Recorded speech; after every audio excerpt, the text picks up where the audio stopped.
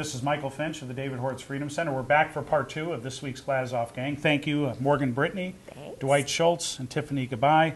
Thank you all for coming. We've been reading a lot about scandals. We're going to kind of move on from the middle. Well, phony scandals, right? Phony scandals, exactly. Right, exactly. right. And we can argue about which one's worse. The story, and I'm not real familiar with the story, but reading more and more about it. Dwight, I'm going to go to you first. SEAL Team 6. Right. It's starting to come out. There's going to be some, I think, Chavez from Idaho, they want to have some hearings, or at least they're investigating. Can you give a little bit of background into what's the kind of thumbnail? What's this all about? Joe Biden blew it. He said it was after Osama was taken out. He said the SEALs took him out, and everybody froze. And I think he actually mentioned the commander of the unit. I think. But I saw the mother of one of the SEAL members who was killed. She got an email the next day saying, "Mom, get out of social media. Mm-hmm. There is a crosshairs on you, me, everyone now." That's right. And if you can remember, there was an incident in which SEAL Team 6 went onto an old chopper into what the loved ones of those who were killed believed was an ambush. And there was no fire to prepare the way for this chopper. And at the last second, they discovered that 6 members, who were supposed to be 6 Afghan soldiers, were on the manifest, were taken out and replaced by 6 others. You don't know who they were, at the very last second. Right. And they were told after the crash and the death that the bodies were all burned beyond recognition, but one of the SEAL team, the father of one of those killed, said, "I saw a picture of my son's body. He was recognizable. He was clutching his gun. He wasn't burnt to a crisp. Why was I told they had to be cremated?" And so there were too many discrepancies. But the point is that when this administration, I mean, they in essence, they fingered those responsible for getting Osama, and they never take responsibility for it, ever. Why did they do it? Exactly. Well, Morgan, I want to ask you: Uncle Joe is famous for gaffes, right? Yeah. Was this a gaffe? I don't know. And if it wasn't, or I don't want to get too conspiratorial, but I will. If it wasn't a gaffe, could you think of a reason why the White House or this administration would want SEAL Team 6 eliminated? Because there's a lot of people. The whole thing. Listen, doesn't smell right. I can't imagine why they would want 4 Americans eliminated in Benghazi either.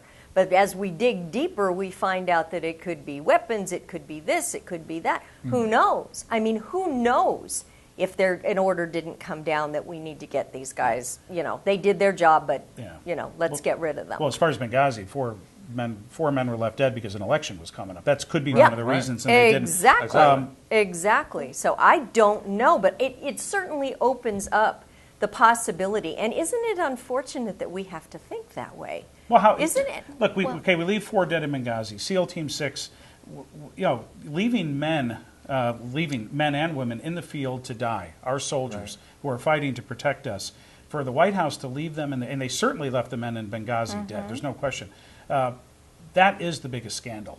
Of course. I mean, and how do we get, I mean, it's just not resonating with the American people? The media has got that much of a protective cover over this man? People forget that the President of the United States role, first and foremost, is Commander-in-Chief of the military. Right. If you can't lead and protect your military, what good are you? What use are you? It's not to give out cell phones. Obama right. phone. Okay, well, I just Obama phone. Obama phone. But with regard, just back to Joe Biden for a second, and being a little bit familiar with the speech writing process and giving speeches, those speeches are vetted. I mean, it's not like some Joe Schmo giving a speech at his local city council, God knows where. I mean, this is the vice president who's giving a speech. I mean, someone, first of all, writes that speech for him, number one. If there's any kind of classified information, I mean, that's gone over with a fine-tooth comb. He rehearses that speech over and over. It wasn't, that's why I don't believe it was a gaffe. So then it was intentional. It had to have been. That there is nothing that he was not reading off of his either teleprompter, that was fed in, or on his notes. That is a Well, planned this is speech. disgusting. At least It it's, is. it's Well, disgusting, Dwight. This I is mean, why Gates supposedly went into Brennan and told him to, or was it, I forget who it was he went into and told him, shut your effing mouth. Because they released a lot of information to make Obama look good. Right. It was just like what he said at the press conference the other day. It took me more than 11 months for me to get Obama, but I got him. Yeah, I mean, yeah, come yeah, on. yeah. You didn't Right. do a thing. Right, exactly. I mean, it's. What was we he now do- know he what was was he playing, doing? He was playing cards, Playing cards. with his paramour. Exactly. So you can go the conspiracy route, which I mean I agree there are just too many discrepancies, Yeah. and it's so how random that so soon after Obama single-handedly smoked bin Laden in his compound. This happens to the SEAL Team 6. And then, of course, what happens in Benghazi. So definitely pieces are not adding up. But let's just give the benefit of the doubt for a moment. It just could very well be that Biden and Obama wanted to brag. Look at us. Look at what we did. Wow, we're so great. And is responsible for the and killing. is responsible in just Right. a reckless, negligent way. But here we go back to the arrogance of this administration once again. All of these things that are going on, if you put it all together in a puzzle, you've got all of these scandals that he calls phony scandals. And Benghazi, I think American lives and the Navy SEALs dying, I don't think Not that's real phony to me or their families.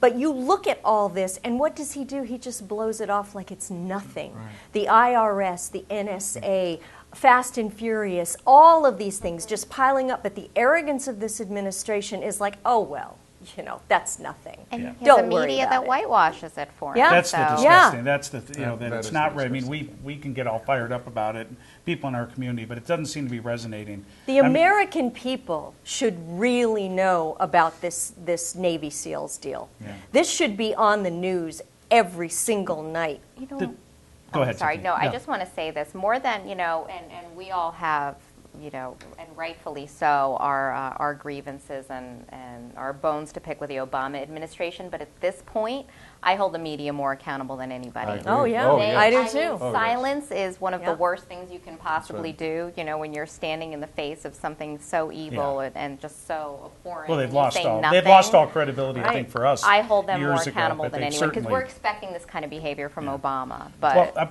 I want to pivot a little bit because forget that we don't have the media, so the media is not going to. We do have a loyal opposition, though, quote unquote, in the Republican Party or the conservative movement.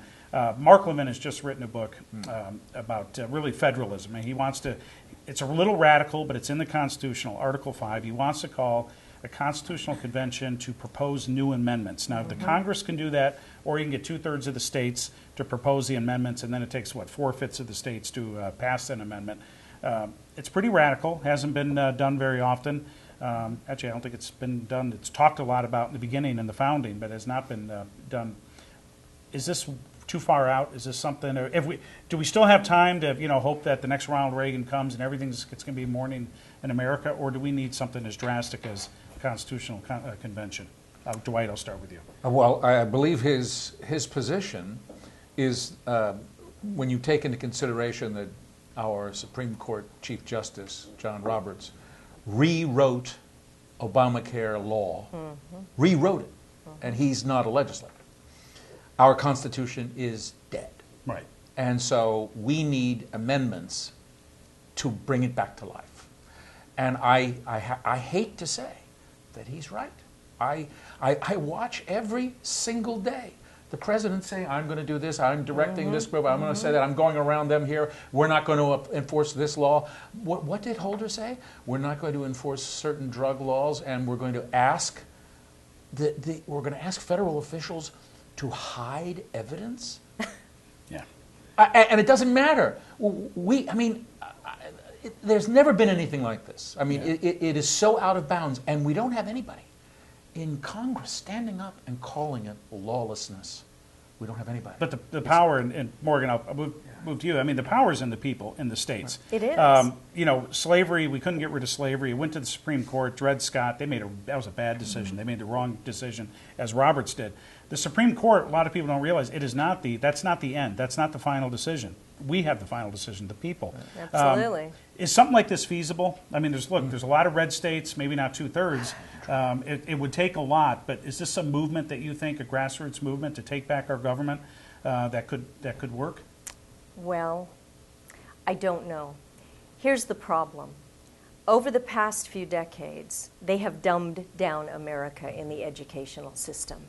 No students know anything about the Constitution or Article 5 or what a constitutional convention would even be. They don't even know what that is.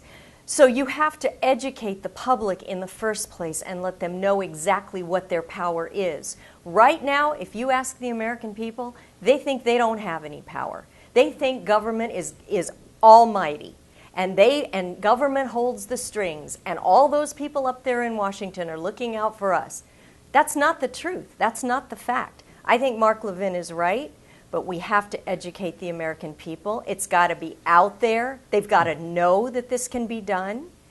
And if it can be done, it's an uphill battle. But I don't think we have any choice anymore. We're going to lose this country. Yeah. Tiffany, I want to go to you. I mean, I don't know if we have time to educate the American people. I mean, we have to start doing that. We have 30 Republican governors. There are a handful of those states, state legislatures, that would probably pass this. There's not 2/3 tomorrow, but there are a handful. And once you get a movement, that could happen. Think of Obamacare. The Republicans are not going to defund Obama. I mean, I hope, I'm praying that they do in September. I don't think it's going to work. Clearly unconstitutional. What are we going to do? I mean, do we wait for the next election, the midterms, and then hope we get Mitt Romney or Jeb Bush? I mean, is that going to be the savior, or does it take something this drastic to use the Constitution? This is not a revolution. Right. We're using the Constitution. I think it takes something drastic, but whether or not it can actually be done feasibly is another story, because I think that will take leadership. It does need to catch fire, and everyone needs to be on board, and that's the problem. Is at the end of the day, I don't really have a lot of faith in Republican leaders, governors, or whatever, Yeah, Dwight, that's going to lead me to the next question. There's been some murmurs about a third party, and we've heard this for a long time. Is that just a fool's errand? No, I think you destroy the Republican Party and have another party. This is a third party is. So the Whigs became the Republicans. In other words, the Republicans become something else. Yeah, That's more feasible than a. I do believe it's possible, but I do believe in events. Things change when drastic events occur. And I think we're on the verge of drastic events. I mean, I hate to say it, but we are. And things will come about. We see a lot of things that the American, I mean, I saw this astonishing interview with this professor say, gee, I didn't know I just lost my health care. I didn't realize Obamacare was going to affect me.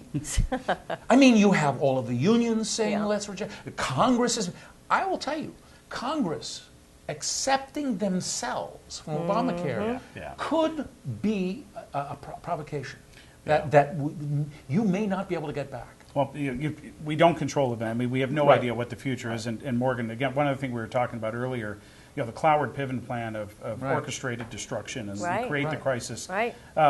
It's in place. Let's face it, Obama wants single payer. Yeah. Absolutely. So is this? So Obamacare is such. Even the most Democrats at this point acknowledge it's a complete disaster.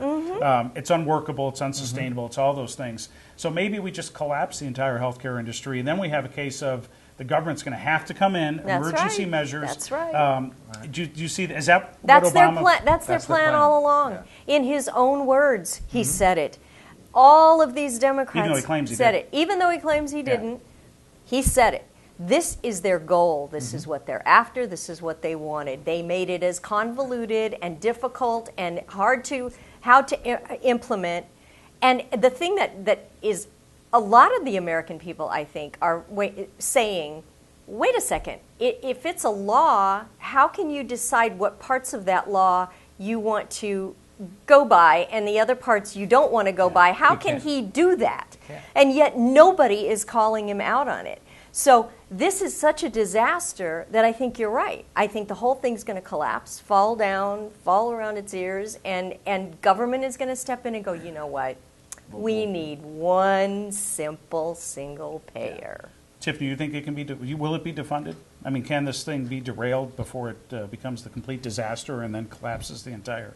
No, I think it's going to just collapse in flames. Yeah. And can anything good come out of that, Dwight? Or as I said, I heard Dr. Ben Carson say something that was slightly positive, that there were others thinking about what to do when this collapses, and I think he's got a great mind, and I'd love to know who the others are, but it's fine with me if he feels it needs to remain in the background at the moment. They're holding it close. Well, Paul Ryan laid everything out there, which created a huge target, so maybe it's smart to keep things true. But I think it's when people realize doctors are leaving the business. I know several. I know 3 doctors who have left the business because of government interference. That's it. Yeah. And it isn't just that. It's not just Obamacare. That's one disaster waiting to happen. What they're also doing at the same time is they're creating division among the American people. They're starting up racism, big time racism. That was not, everybody was getting along pretty well. And all of a sudden there's all of this stuff brewing up and everybody's coming out. That's not by accident. It's not by accident, just like Obamacare is not by accident. So I think what they're doing is they are following the Cloward and Piven playbook. Yeah. That's what they're doing. Create chaos, everything will collapse, the American people will say, help me, save me, what do we do? There you go. As we start to wrap up, Tiffany, I'm going to go to you first. Different questions for each panelist. Winner and loser. Long term in the Middle East, long term could be 6 months. I mean, looking ahead a year or two, who's the biggest winner and who's the biggest loser in the Middle East? Including put the United States, Russia, and China into this. But as the Middle East, it's impossible to predict. But if you had to predict a winner and a loser. Winner and loser. Oh my God. I don't think there are any winners here. I think this is a downward trajectory. I do think that Egypt's on the right track right now. Definitely, and I'm hoping that they stay, and if the Obama administration is put in its place, because I know they keep pushing to have the Muslim Brotherhood come back into power and really have a meaningful place at the table, and if the military and the current government that's the temporary government that's in place is able to thwart that, maybe there's a little bit of hope in Egypt, but we'll have to cautiously optimistic. Dwight, I'm going to ask you. You can answer real quick the winner or loser, but is there one Republican or even a Democrat out there? Who are you saying right now said this is someone I could get? I'm not even saying Ted Cruz. Okay. I wasn't even going to say doesn't even have to be for president. No. Ted Cruz. This is the moment I heard him speak. The moment I saw him in session with John McCain, I realized this is a guy with guts, and we need a guy with guts. And the truth rings a bell. Okay. Yeah. And Morgan, I'm going to ask you, I know it's not Obama, is there someone in the world that you could say, I mean, look, there are other leaders. There's Merkel and Putin and Cameron. I mean, there's all these. Is there someone, who's the leader of the free world right now? There's a vacuum. Is there one? And is it necessarily, is the next one going to have to be an American president, or could that come from somewhere else? No, it can come from somewhere else. I definitely think it can. I mean, I look at Benjamin Netanyahu and I listen to that man speak and I say, why don't we have someone who speaks like that? I mean, I know there's good things and bad things and he has a lot of issues, but let me tell you, he projects strength. We have nobody that projects strength. And the Middle East and the world knows it. Well, since we've bended the rules on who can be president, Netanyahu Cruz ticket in 202016, I think. Better than Hillary, Obama, Michelle. We're out of town. Thank you so much to all of you for coming and having an enjoyable evening. So thank you.